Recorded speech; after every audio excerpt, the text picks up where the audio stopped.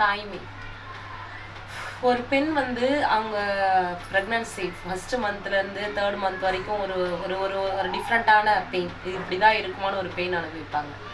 Second வந்து 3rd 4th 5th 6th வரைக்கும் ஒரு டிஃப்ரெண்ட்டான இதை அனுபவிப்பாங்க. அதுக்கப்புறம் வந்து வயிறு ரொம்ப பெருசாயிட்டு அதுக்கப்புறம் ஒரு இதை அனுபவிப்பாங்க வச்சுக்கோங்களேன்.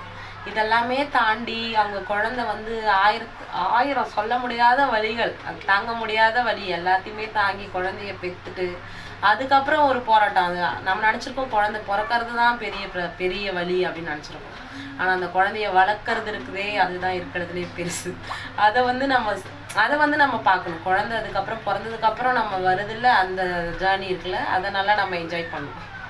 அதில் பிரச்சனை தான் அதிகம் இருக்கும், ஆனால் அதையும் நம்ம என்ஜாய் பண்ணணும். அதெல்லாம் நம்ம பின்னாடி வந்து ரசிப்போம். அதெல்லாம் முடிஞ்சு எல்லாமே தாண்டி நம்ம ஒரு தாய்மைக்குள்ளே வந்தும் இவ்வளோ நம்ம கஷ்டம் அனுபவித்தோம். அந்த குழந்தை உருவானதுலேருந்து நம்ம குழந்தை பிறந்ததுலேருந்து குழந்தை வளர்க்குற வரைக்கும் நம்ம இவ்வளோ அனுபவித்தோம்.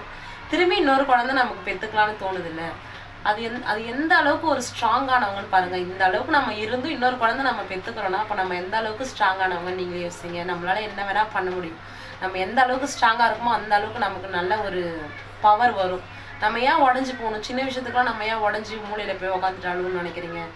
எந்த அளவுக்கு நம்ம ஸ்ட்ராங் நினைக்கிறோமோ அந்த அளவுக்கு நம்ம ஸ்ட்ராங். எப்படி எதிர்த்து எப்படி வேணால் நம்மளால் போராட முடியும்னு நினைங்க. என்னோட சேனல் சப்ஸ்கிரைப் பண்ணிக்கிறேன்.